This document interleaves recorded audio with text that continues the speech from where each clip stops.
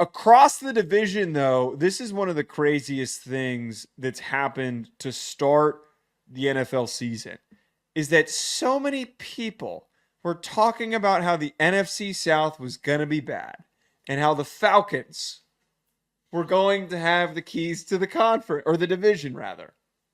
And here we are. The New Orleans Saints are 2-0. Yeah. They completely wallop the Dallas Cowboys. Now, we're not going to really talk about the Bucs, but they're also 2-0, and Baker Mayfield has been playing really well. It is a tough division. It might be one of the best in football. But we have to draw our attention to the insanity that is Derek Carr dancing all over the Dallas Cowboys to the tune of 44-19.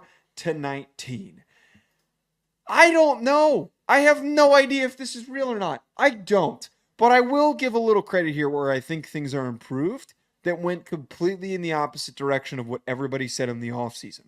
Everybody was wanting to bail on Trevor Penning. A lot of people were questioning and doubting Talise Fuaga if he was going to work at left tackle for them.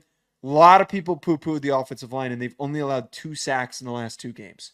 They played against Micah Parsons and that really good front for the Dallas Cowboys. Only allowed 1 sack in that game. Shut them down. Shut them down hard. It was they cracked the code on Dallas, and that is throw the ball deep, run the ball on the inside. I'm sure Mozzie Smith was a good pick for you at the time. He stinks. Oh my! I remember that pick. That was probably the angriest I've been in a draft pick. The pushback I got from Cowboys fans for saying that was a dog-ass pick, and he's not good. He took plays off in college. His feet are never where they're supposed to be. He's a space eater who doesn't eat space. I don't understand. What is he? Here's fat. Here's what's crazy about the Saints. They were able to find 2011 Deshaun Jackson to come on their team under the moniker Rashid Shaheed, who I guess him and Derek Carr got together in the offseason because they've been taking the top off. I keep cutting you off, but when I was watching Red Zone when I was working on Sunday, I feel like every 2 minutes it was Rashid Shaheed, and I was like, huh? Who? Why is he popping off? The Saints have gone from having the season record holder for receptions, Slant King Michael Thomas, and going to a bad wide receiver room with him constantly hurt, and now they're just distributing the ball. Alvin Kamara being healthy is huge for them. He looks fresh. He looks good to start the year. Derek Carr, nice to finally meet you. This is a good coming out party in year 11 or whenever it is. I guess he got right with God this offseason.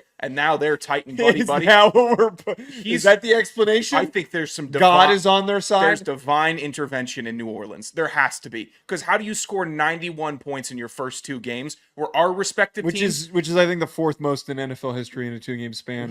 Our teams, the Giants and the Falcons, probably will get to week 6 before they score 91 points.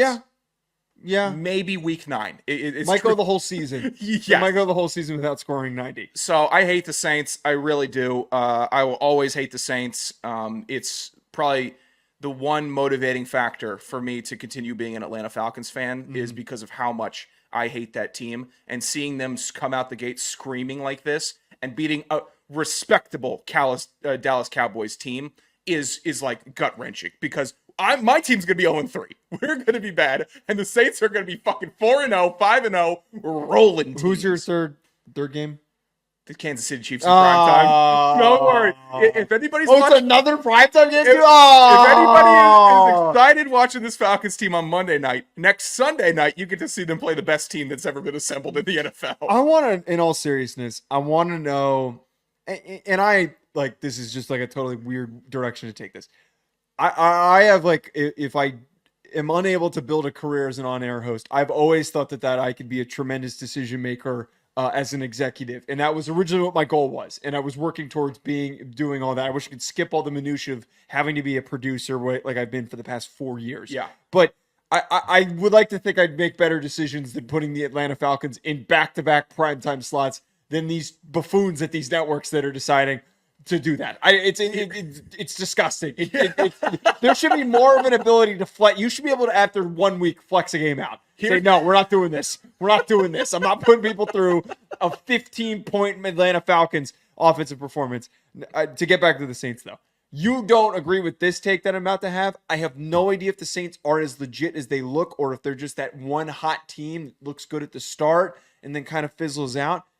I'm rooting for him though, because it's so random. It's so freaking random. And I appreciate the randomness of it, that they got essed on by everybody this offseason. Every show, every film guy that I listen to, that like, well, and the analytics say that they don't do this, this, and this. They're inefficient at that. Well, that means they're going to be one of the worst teams in the NFL. They said, F your stupid statistics. We're going to run the damn ball down your throat, and we're going to be one of the best teams in the NFC. I don't think this apartment survives if you openly root for the Saints.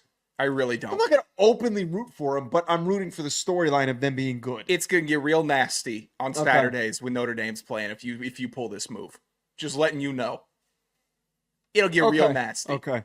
So it sounds like you're just taking the negative side of this. You can't provide an objective take on this. I provided an objective take. Rashid Shaheed's balling out, and Derek Carr looks great. But I hate them. I really do with all my heart. I wish them that they lose every game for the rest of the season by 40. Like that. I hope they just completely fall apart and the wheels fall off, and nobody is happy.